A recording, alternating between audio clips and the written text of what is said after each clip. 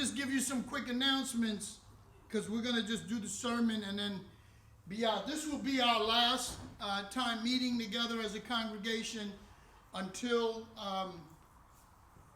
there's going to be an order coming out probably this week from the mayor asking public meeting places like churches not to congregate.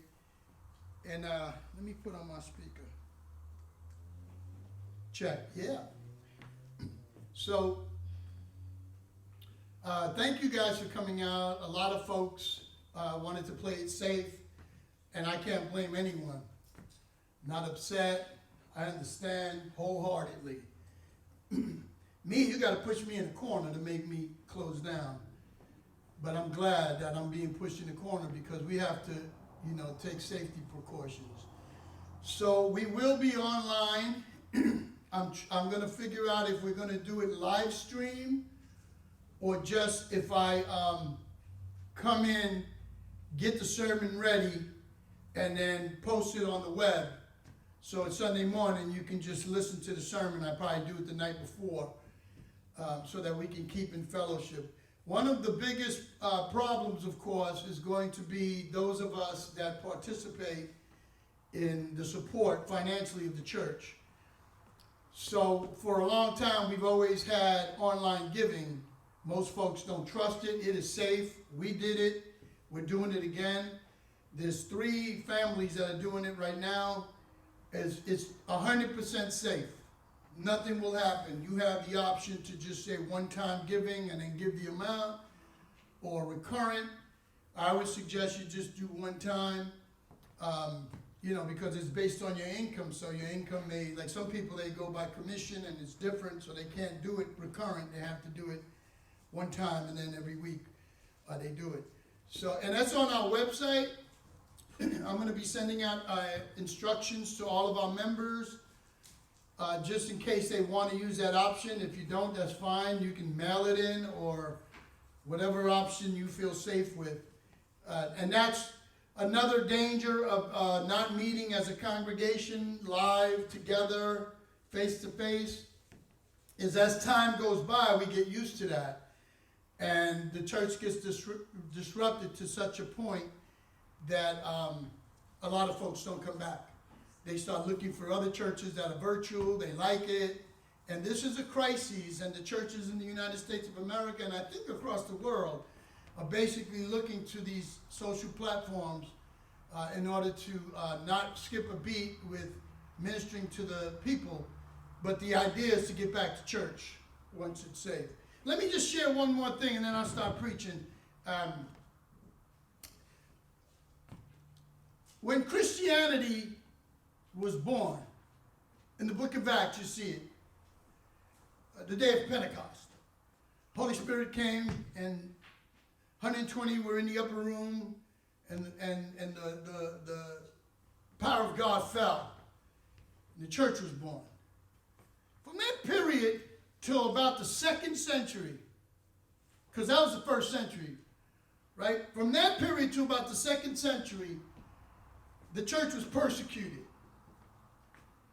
The church was totally persecuted and hated by the Roman government. The Roman government was the power. The Roman Empire. They ran it all. And they didn't like Christians. And they would kill Christians.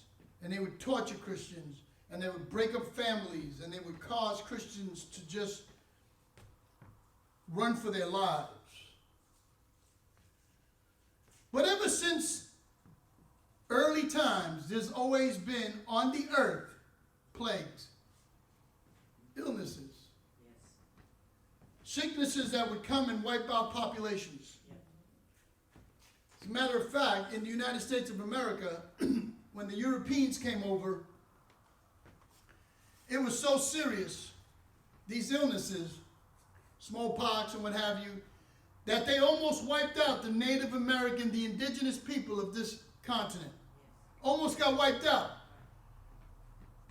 In Puerto Rico, where I'm from, the Taino Indians were wiped out. Completely. Gone. Phew. plagues have always been a part of the curse. We're living in a cursed world. What turned the Roman government and the Roman Empire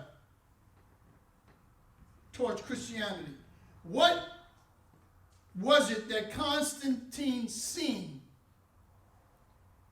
when he converted to Christianity and made Christianity the religion of the nation, as opposed to all the deities they had and all the gods? Including the Caesar. The Caesar was considered a god. You had to worship him. It was illness. It was plagues.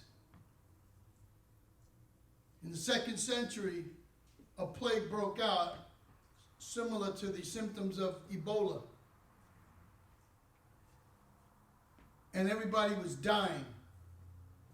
A quarter of the Roman Empire, citizens and government officials, were dropping like flies. Everybody was running to different regions of the country to get away from that neighborhood where people were dying. And then they would just take it somewhere else, and it just spread and people died. What were the Christians doing? The Christians were dying too. They were dying in service. They were not running. They were not hiding. They were servicing the people. So much to the point that one of the bishops said, "This is amazing that the people, the Christians, the believers, are not only servicing the Christians, they're servicing human beings, regardless of your faith." Martin Luther, this happens every century in our history. You see plagues, and you see Christianity in the middle of it.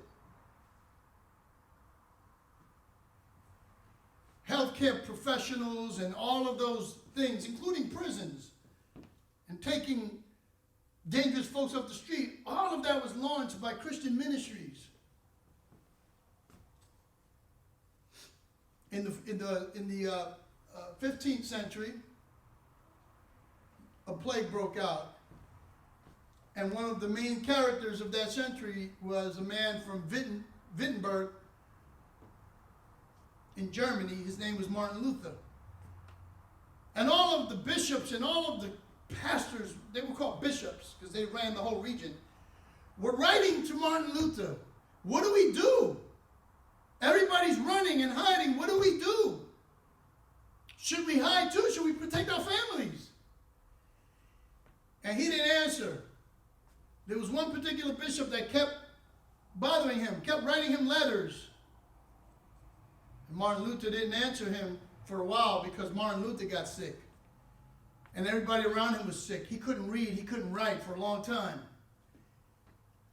And when he finally felt a little bit more healthy, he started reading his letters, and he read that one, and he read another one that the same person wrote, and he had them all piled up. And he wrote them back. And he said, "Please excuse my tardiness, but I've been under the weather. I've been sick, very sick, where I couldn't even read or write. But as I got better, which I am now getting better, I'm able to look at my correspondence.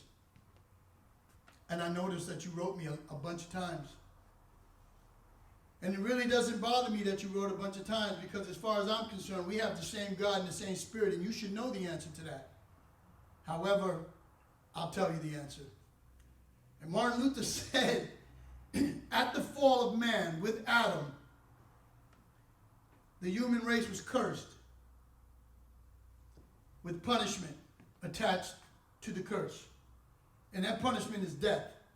On the day that you eat of this fruit, you shall surely die. God sent an answer, but he never took away the punishment. It is appointed unto man to die once, and then the judgment. So Martin Luther said, "We're all dead. What are you worried about a plague for? If it's God's mercy to take you now or God's mercy to take you later, we're all going to pay. The punishment is death. Thank God for Jesus and his mercy and his grace. Now, in our times, it's different because with technology, we don't need to be out there exposing ourselves. We just don't. We have modern medicine. We have scientists. We have, the CDC. We have a government that's looking and aggressively battling this invisible enemy, which is what President Trump calls it. I agree with him. We're doing everything in our power as a nation. Immediately, he shut down transportation. Nobody from China's coming in. Nobody from Europe's coming in. I mean, he just shut it down and probably saved hundreds of thousands, if not millions of lives because of his quick thinking, even though he was judged and even though it was stated that he's not doing enough. He's done more in this short period of time than any other administration. I'm not here to preach about him.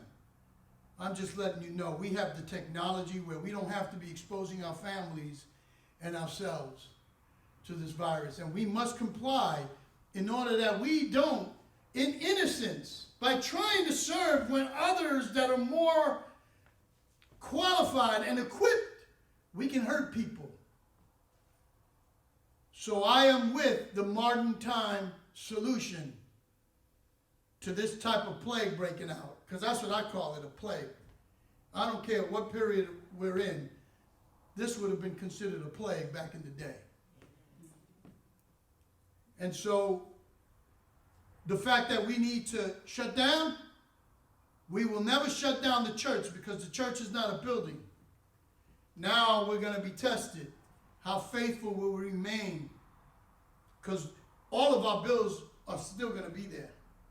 We still pay our phones. We still pay the internet. We still pay for Proclaim, Right Now Media, the videos. We still do all of that. We still pay for our Zoom, which is going to be where we're going to be doing meetings, Zoom meetings.